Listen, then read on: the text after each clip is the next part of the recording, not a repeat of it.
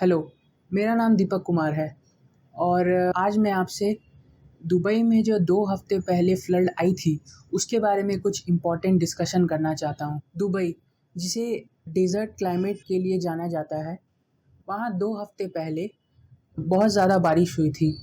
इतनी बारिश हुई कि वहाँ 24 घंटे में इतना पानी भर गया सड़कों पे, एयरपोर्ट पे कि जितना वहाँ पे 1.5 वर्ष में जो बारिश होती है, उतने में भी नहीं भरता। 24 घंटे में ही 224 mm तक पानी भर चुका था, जो कि एनुअल एवरेज से कई ज़्यादा है और 1.5 साल के एवरेज से भी कई ज़्यादा है। दुबई में एवरेज एनुअल रेनफॉल 97 mm के आसपास होती है। इस बारिश के कारण काफ़ी कुछ डिसरप्ट हुआ और काफ़ी फ़्लाइट्स को भी डिले किया गया।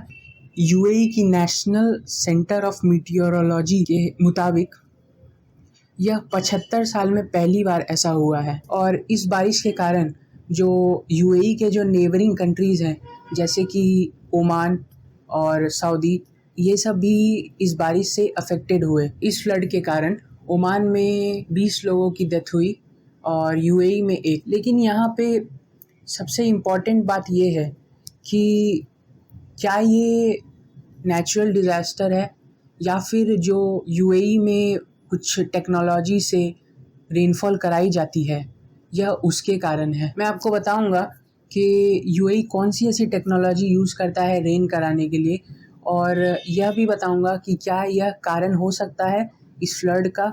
और हम यह भी देखेंगे कि क्या हमारे लिए यह एक वार्निंग है, क्या क्लाइमेट चेंज इतना एडवर्स हो चुका है कि जहाँ पे डिज़र्ट टाइप क्लाइमेट है वहाँ पे इतना बारिश हो रहा है और जहाँ पे बारिश होनी चाहिए वहाँ पे ड्राउट जैसी सिचुएशन अब आ रही है। तो इसके बारे में थोड़ा डिस्कशन करते हैं। सबसे पहले हम यूएई की ज्योग्राफी को समझेंगे। यूएई के पास 0.7% एग्रीकल्चरल लैंड है, यानी कि जहाँ पे वो लोग अपनी खेती बाड़ी करते हैं, तो वो सिर्फ 0.7% ही है। डेजर्ट टाइप क्लाइमेट होने के कारण वहाँ पे समर में टेम्परेचर 50 से ऊपर भी चला जाता है। पानी की इतनी ज़्यादा स्कार्सिटी होने के कारण वहाँ 90% जो रिक्वायरमेंट होती है फूड की, वो इंपोर्ट से पूरी होती है। लेकिन यूएई जो है वो अपनी कुछ वाटर रिक्वायरमेंट्स को पूरी करने के लिए सी वाटर को डिसैलिनेट करता है और इसके लिए वहाँ पे 70 से ज़्यादा डिसैलिनेशन प्लांट्स भी हैं। वहाँ के डिसैलिनेशन प्लांट्स हैं वो वहाँ की 42% वाटर रिक्वायरमेंट्स को पूरा करती हैं और कुछ रीजन्स में वो लोग ग्राउंड वाटर का भी यूज़ करते हैं। हालांकि ग्राउंड वाटर उतना नहीं है वहाँ पे, वो लोग थर्मल डिसैलिनेशन का भी यूज़ करते हैं।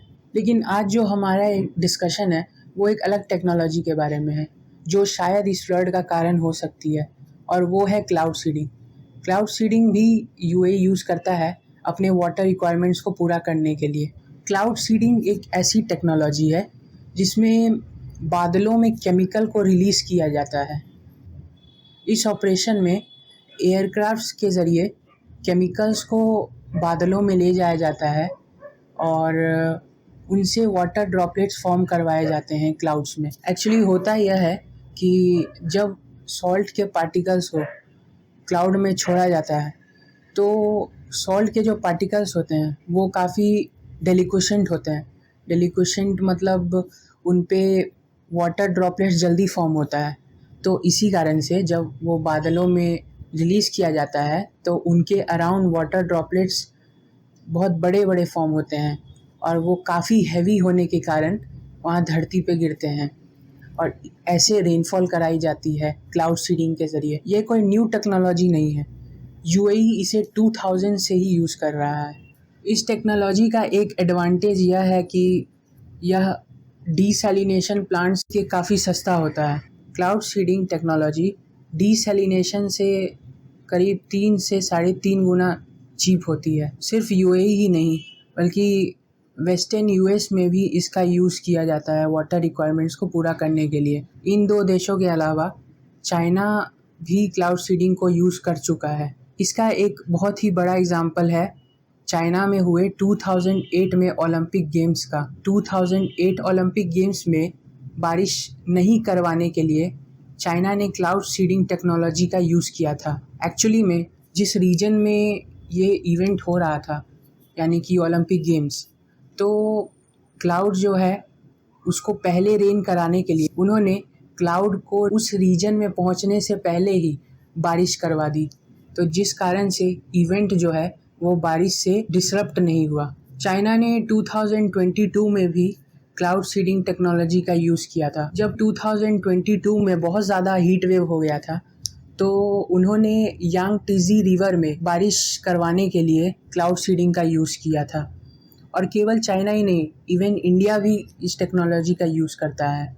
लेकिन बहुत सारे एक्सपर्ट्स का कहना है कि ये जो दुबई में फ्लड आई, इसका असली कारण यह टेक्नोलॉजी नहीं है, बल्कि इसका जो मेजर रीज़न है वो क्लाइमेट चेंज ही है। ग्लोबल वार्मिंग होने के कारण अरेबियन सी का वाटर काफ़ी हीटेड हो चुका है और यह वाटर जब इवेपोरेट होता है तो वहाँ के एयर को काफ़ी सैचुरेट कर देता है और यह हवा जो अरेबियन सी के ऊपर से होते हुए नॉर्मली अफ़गानिस्तान, पाकिस्तान और इंडिया के कुछ पार्ट्स जैसे कि हिमाचल और उत्तराखंड, तिब्बत, इन सब रीजन्स में रेनफॉल कराते हैं।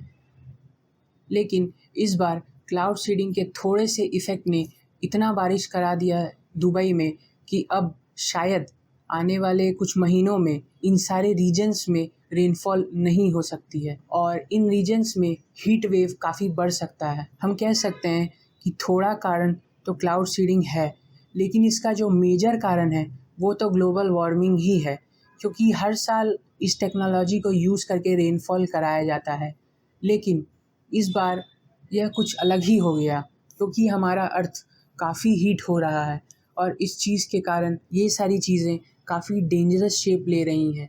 क्लाउड सीडिंग भले ही कॉस्ट इफ़ेक्टिव है, लेकिन वह भी इन्वायरमेंट के लिए काफ़ी हार्मफुल है, क्योंकि जो सॉल्ट्स उसमें यूज़ की जाती हैं या फिर यूँ कहें कि जो केमिकल्स अगर कॉमन सॉल्ट के अलावा आप यूज़ करते हैं जैसे कि सिल्वर आयोडाइड, तो फिर वो काफ़ी टॉक्सिक होती हैं। अगर इस टेक्नोलॉजी से कहीं पे भी रेनफॉल होता है तो अदर रीजन्स जहाँ पे वो क्लाउड्स जा रही थी तो उन रीजन्स में इन फ्यूचर रेनफॉल काफ़ी कम होंगी और इस वजह से जो क्लाइमेट अभी चेंज हो रहा है ग्लोबल वार्मिंग के कारण, वो और भी डेंजरस हो रहा है और हम इसे फील भी कर रहे हैं।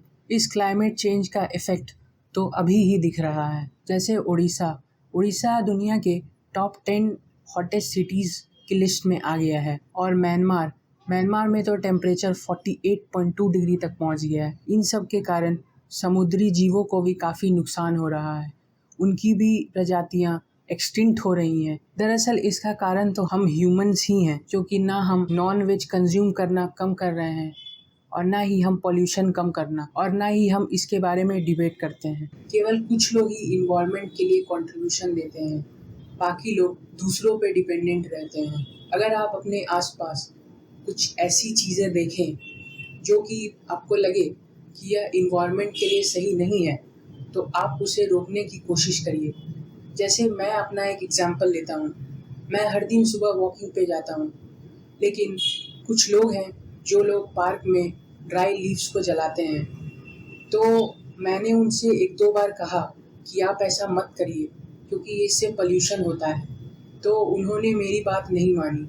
उसके बाद मैंने 2-3 बार फिर से कहा और एक दिन उन्होंने मुझे सामने से कहा कि अब वह पत्ते नहीं जलाते हैं और वह उसका सही उपयोग करते हैं। वो लोग गड्ढे खोद के और उसमें पत्ते डाल देते हैं, तो इससे इन्वायरमेंट पॉल्यूट नहीं होता है। तो वैसे ही आप भी अपना कंट्रीब्यूशन दे सकते हैं। और गर्मी काफ़ी बढ़ गई है, तो मैं एक बात कहना चाहता हूँ आपसे। अगर आप एक बर्तन में पानी रख के अपने घर के बाहर रख देंगे, तो फिर उससे जो पक्षियाँ होती हैं या फिर कुछ जानवर होते हैं जिनको प्यास लगती है, उनके लिए काफ़ी सही होगा। सोचिए, आप तो घर पे हैं, आपकी रिक्वायरमेंट्स तो पूरी हो रही हैं, लेकिन इनका क्या? इसीलिए थोड़ी हेल्प उनकी भी करिए और इस गर्मी से बचे रहिए। Thank you.